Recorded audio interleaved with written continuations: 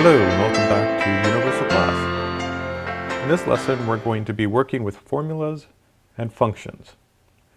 Introduction to functions. A function, by definition in Excel, is a pre-designed formula that does a certain calculation. This can make it easier because you don't have to construct every formula yourself. Whenever you use a function, you only have to supply the values that the function will use. These values that you supply are called arguments of the function. Excel does the rest for you. Functions, just like formulas, always begin with an equal sign. After the equal sign, you enter the name of the function. It doesn't matter if you enter it in uppercase or lowercase. Then, after the name of the function, you provide the arguments of the function. Enclose these in parentheses. And we saw a little bit of this in the previous lesson when we were using the sum function. There are just a few things you need to remember before starting to insert functions into your spreadsheets. Number one, when typing a function into a cell, don't insert spaces between the equal sign, function name, and the arguments. Number two, if you're adding more than one value, separate with a comma. Okay, so here is an example of a function that we used previously, and that's the sum function. And before we call the function, we use the equal sign to let Excel know what we're about to do. And then we call the function, and of course we get a little helpful menu here trying to help us with what we intend to use.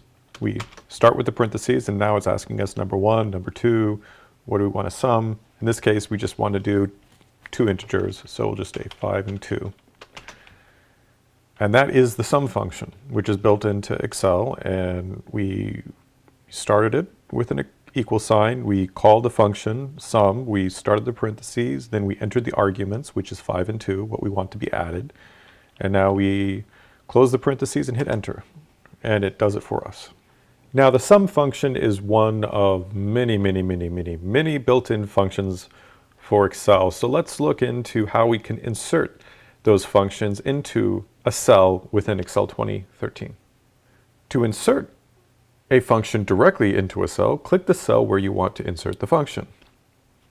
So let's say we want this function. Let's first of all delete this so it doesn't confuse us. Let's go to C8 here. We want to insert a function into C8. So what we do is, let's say we were on the Home tab. What we do is we would go to, once we've selected the cell, which is C8, we would go to the Formulas tab, which is right here. And now we want to click on the button right here, Insert Function. There's a quick access way to do it. You could do Shift F3 if you don't want to use your mouse. But for now, we're just going to click this nice button here called Insert Function, and it has an FX as a label. All right. Now, they try to be extra helpful with a search and recently found, recently used items here. But one function that could be useful here is, as you can see, there's many functions here. We're currently looking at the most recently used, but if we went to all functions and we click there, that would be quite a lot. And many we might not use ever. But if we go to financial, this would just show us the financial ones. We could go to text ones, look up math and trig. There's a few in here. And logical, and so forth. So here we'll use the average, which is pretty straightforward. It's like the sum, except that it's going to take all the numbers that you put within the parentheses, the arguments, and it's going to make it average between them and report that average. So to insert that, we click on it and we select OK. Now the average function is in there. And it's saying, oh, what did you want to average? And it's suggesting C4 through C7 here. It's suggesting that we average these numbers. Excel has really gotten smart at what we intend to do and want to do. And actually that is fine. So we could just click on OK, and the result, the average of all these numbers would be this number here, 18.1866667.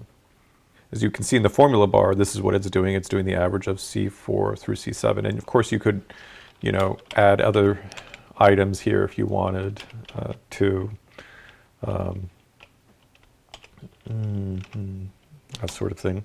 And continue it just like we did in the previous lesson with the sum function.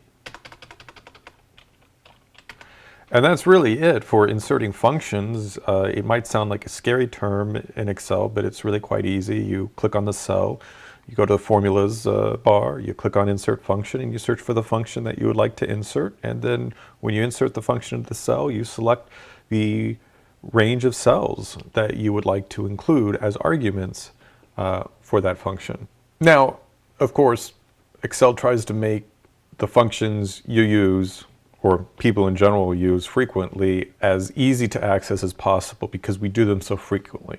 And some of the functions that we do so frequently, of course, is adding and averaging and counting and finding the max and minimum are functions that are constantly being used in spreadsheets all over the world by everyone. So because they know that, they try to make those particular functions as readily accessible as possible. So if we're doing one of those functions, we can go, of course, to the Formulas tab, which is right here, and you can see a bunch here under this Auto Sum drop-down menu with the sideways M.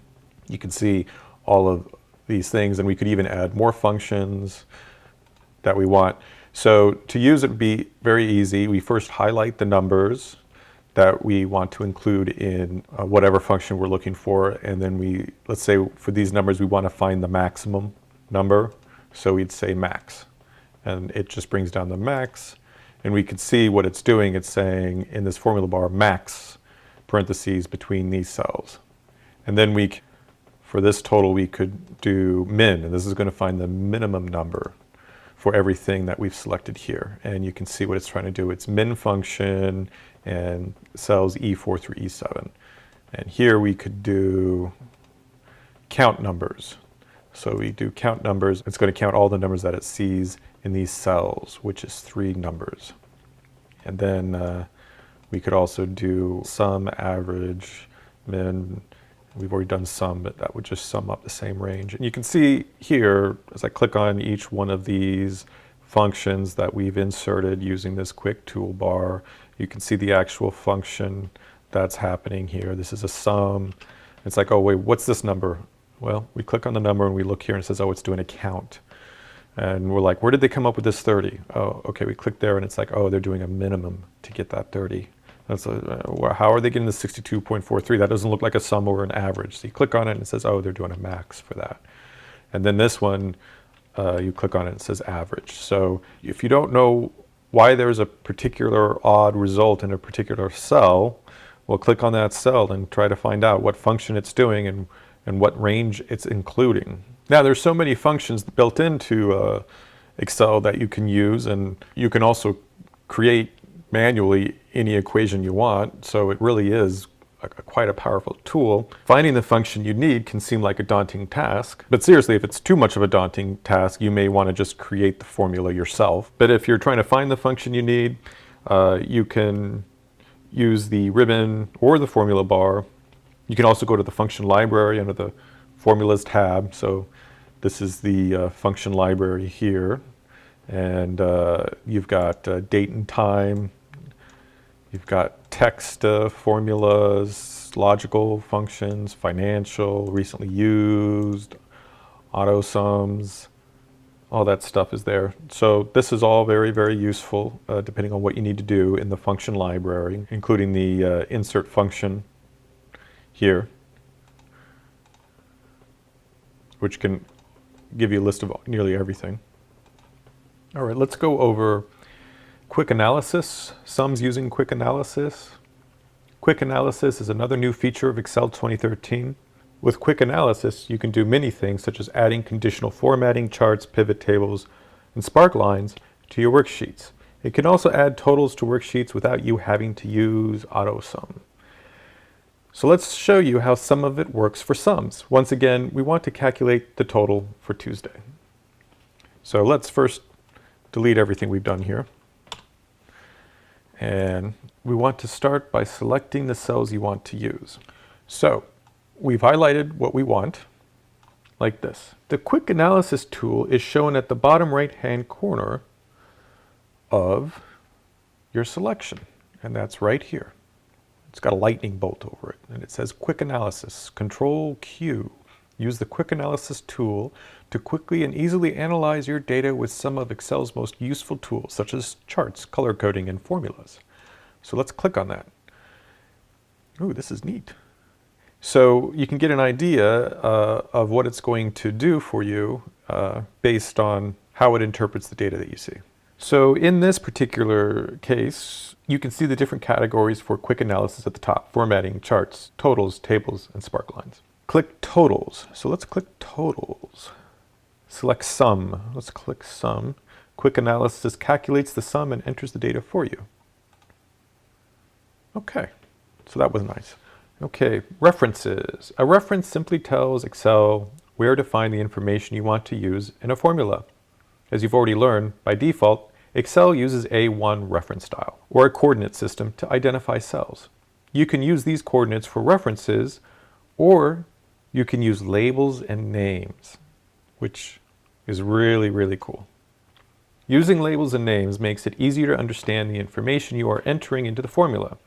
For example, the formula sum Wednesday total is easier to understand than sum cells E4 through E6. So, using names as references. As you learned earlier, a label is used to identify a range of cells, such as a column or a row. You can also create a name to represent a specific cell or a range of cells for quicker reference in a formula. Names can also represent an unchanging number. Call it a constant, or it can even be a formula. For instance, let's say sales tax is 8%. Since this number will not change between worksheets or workbooks, we can give it a name. In this case, we'll call it sales tax. So using this spreadsheet here, we want to name the column Friday as Friday. This way, when we construct our formulas, we can simply enter Friday instead of a range of cells. So what we can do is we can select a range of cells and label those cells as a reference to use in the future. So let's go to Friday, and let's select this range of cells, which would be G2 through G7. And let's create a label for them. And the way we do that is we click on the Formulas tab, and we're going to define it as a defined name, and it's going to be Friday. Great. And we can do this for Thursday. We go to Formulas, Define Names, and we select Create Name, Thursday. Same with this, Wednesday, Define Name, Create Name, Wednesday. Define Names, do this. It'll be Tuesday, and then lastly, Monday. Define Names, Monday.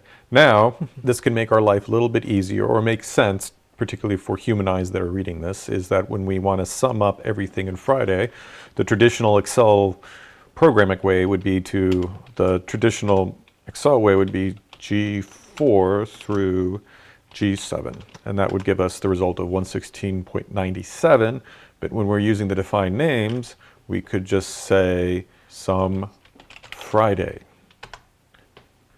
And this could be done as, since we define the name here, sum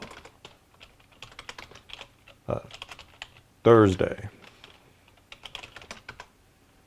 as sum Wednesday. Now, why that can be useful is because as your formulas become more and more complex, you might think to yourself, well, how about I do this? What if I want to create, you do a sum of Friday plus the sum of Thursday.